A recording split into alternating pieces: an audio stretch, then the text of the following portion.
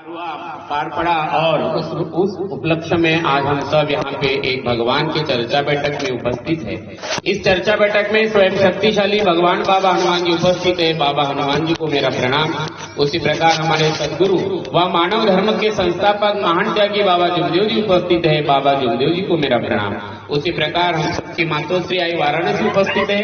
आई वाराणसी को मेरा प्रणाम। और यहाँ पे उपस्थित इस बैठक के उपाध्यक्ष और इस परिश्रम के कार्यकर्ता जी, परिसर के कार्यकर्ता जी आदरणीय फुलचंद छेदैया जी, उसी प्रकार कार्यक्रम में उपस्थित आदरणीय डॉक्टर लीलारी जी, आदरणीय सरजू सेवक तालभट्टी हीरालाल जी और उपस्थित मंडल के सभी कार्यकर्ता, मार्गदर्शक, सेवक, सेविका और यहाँ पे उपस्थित सभी बाल बच्चे, आप सभी को मेरा प्यार भरा नमस्कार।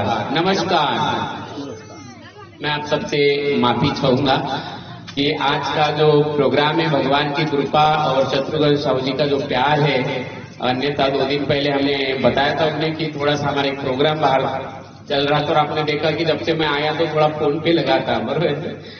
तो मैं माफी चाहता हूँ। एक्चुअली मेरा आनंद तो ये अध्यात्म नहीं है। और लीलारी जी ने जो डॉक्टर लीलारी जी ने जो बड़ी सुंदर बातें बताई, भगवत कृपा का परिचय दिया और भगवत कृपा परिचय नहीं दिया तो अपने जीवन में कैसे जीते हैं, मार्ग में वचन देने के पहले से ही वो कैसे हनुमान जी से लेकर बाबा जुगदेव जी तक पहुंचे और इस मार्ग की अपार कृपा वो वचन देने के पहले भी उन्होंने उसका परिचय किया।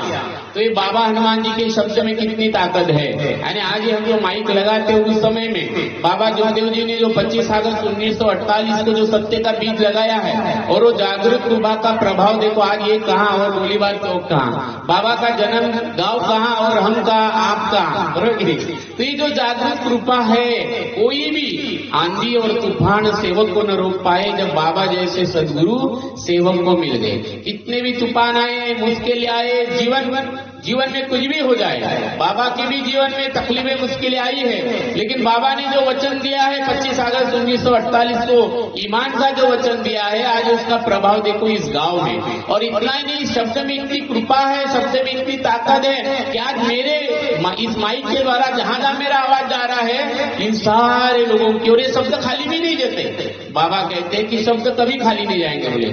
ये जागृत कृपा होने से भगवान उसको भर के निकालता है। और इस प्रकार से मध्य नागपुर से, यानी हार्ट है, भारत का हार्ट कौन है मालूम है आपको? नागपुर है। हृदय, भारत का हृदय नागपुर है। और हृदय से आप देखना ये मार्ग धीरे धीरे कश्मीर पहुंचेगा, नीचे कन्याकुमारी पहुंचेगा, इधर गुवाहाटी पहुंचेगा, इधर गोवा पहुंचेगा, पहुंच चुका है काफी जगह पे, ठीक है। कश्मीर हो या कन्याकुमारी, घर में क्या रहेगा?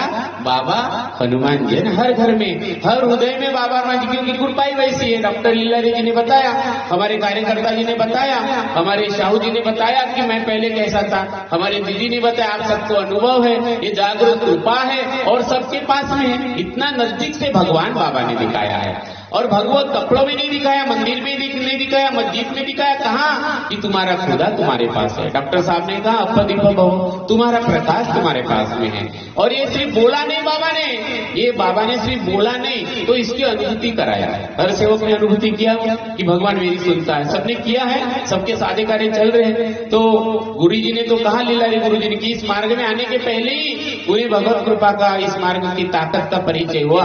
तो आंधी और तूफान सेवक को न रोक पाए जब बाबा जैसे सदगुरु सेवक को मिल गए। तो बाबा जैसा सदगुरु जिसे मिल जाए और मिलने के बाद फिर हमें हमारी, जैसे गुरु जी ने कहा लीलारी जी ने कि बाबा का परिचय भगवान ने दिया। बाबा का परिचय किसने दिया?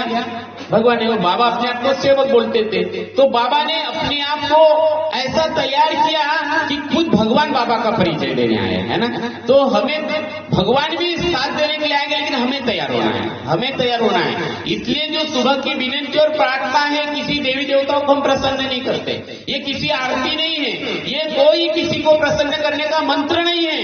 ये जो सुबह की विनती है मैं को मारने के लिए, अहंकार को मारने के लिए। बार बार हम मैं बोलते हैं, अभी आपने हवन में भी बोला कि मैंने कर्म करते समय मैं गलती करता हूँ, मैं एक वचन दिया हूँ बाबा हनुमान जी को, जीते जी मर जाऊंगा लेकिन एक ही भगवान को मानूंगा। मैंने पुरानी पूजा और पुरानी विचार बंद किया है, मैं जीते जी मरते दम तक मैं तत्व शब्द नियम से चलूंगा, मैं सत्य मर्यादा प्रेम से चलूंगा। तो इस प्रकार से ये कोई आरती नहीं है। या हम क्या करते हैं, हमारी आत्मा के ऊपर जो पुराने विचारों का है ना, पुरानी पूजा का जो काले बादल आ गए हमारे आत्मा के ऊपर, और जब हम हमारे कार्यकर्ता जी के यहाँ जब वो वचन देते कि मैं एक भगवान को मानूंगा, तो तुरंत उसी क्षण एक सेकंड में, पल भर में वो बादल हट जाते हैं। बादल जैसे हमने देखा ना, आकाश में अचानक बादल आ गए और आप देखिए कि अभी बादल है और थोड़ी देर में वो बादल निकल गए हैं। ऐसे ही हमारे आत्मा के ऊपर छाए हुए जो काले बादल है, पल भर में,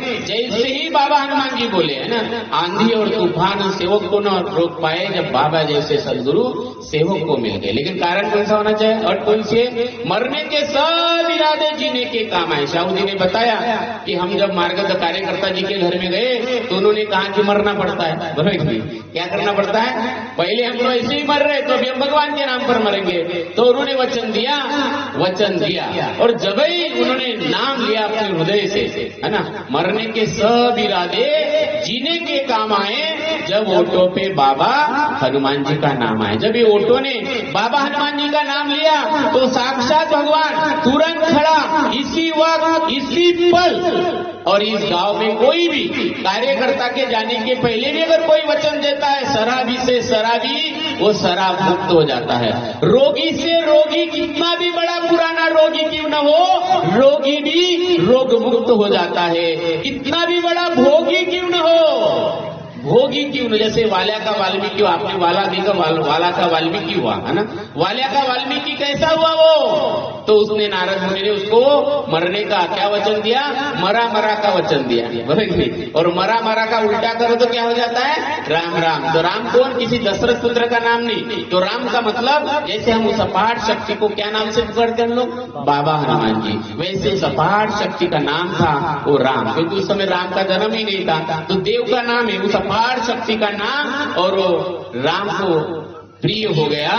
और वही वचन हमने दिया, और इसलिए शराबी शराब मुक्त होता है, रोगी रोग मुक्त हो जाता है, भोगी योगी बन जाता है, भोगी योगी बन जाता है। और यहाँ की जो सेविका है वो सती अनुसया बन जाती है, और हमारे सेवक भाऊ देवी देवता के समान हो जाते हैं, है ना, क्योंकि इधर भी शब्द भगवान है।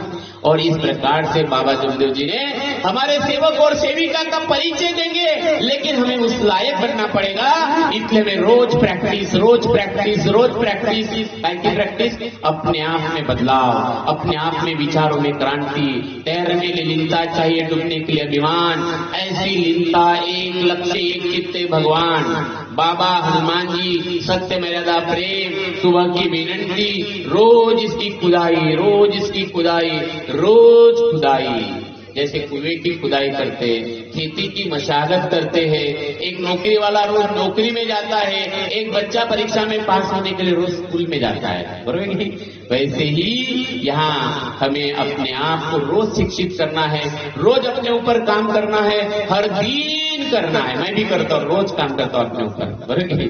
क्योंकि मैं भी संसार में रहता हूँ, और संसार है ये, संसार एक काले बादल ही है ना। दिमाग खराब होता है, वो अलग अलग विचार आते हैं, मोह माया अहंकार है, और बाबा के नियम अलग है। एक बाबा के, एक तरफ बाबा के नियम है, सत्य मर्यादा प्रेम, एक लक्ष्य, एक चित्त भगवान, है ना, ये एक है। और संसार अलग है, संसार में कठोर होना पड़ता है, चालाकी वो करना पड़ता है, दिमाग लगाना पड़ता है, और उसमें भी एक कलयुग है। इतने चतुर, इतना धोखा, आपके और हमारे जैसे सीधे साधे लोग बड़े मुश्किल में पड़ जाएंगे, बरोबर। और इस कलयुग में हमने जीना है, और ये बाबा जमदेव जी कहते हैं कि मुक्ति का मार्ग है, और ये मुक्ति का मार्ग है। और एक इसलिए भक्ति की जरूरत है, इसलिए तत्व बाबा ने हमें दिए हैं जो जीने के लिए। जो दो तत्व है, परमात्मा एक और मर्यादा भगवत नाम पर, अगर इसको हम जीते हैं, इसको जीना मतलब भगवान को पकड़ना।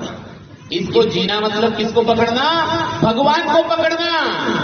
और सत्य मर्यादा प्रेम से परिवार में चलना मतलब भगवान को अपने पीछे दौड़ाना, है ना। जैसे यशोदा मैया कृष्ण के पीछे दौड़ती है, बरोबर नहीं।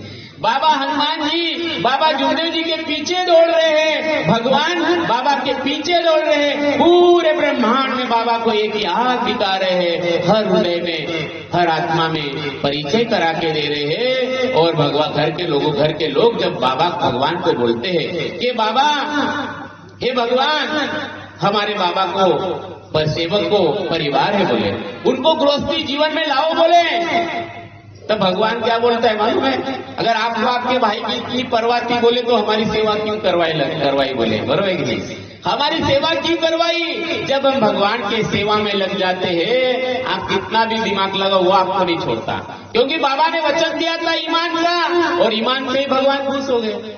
बाबा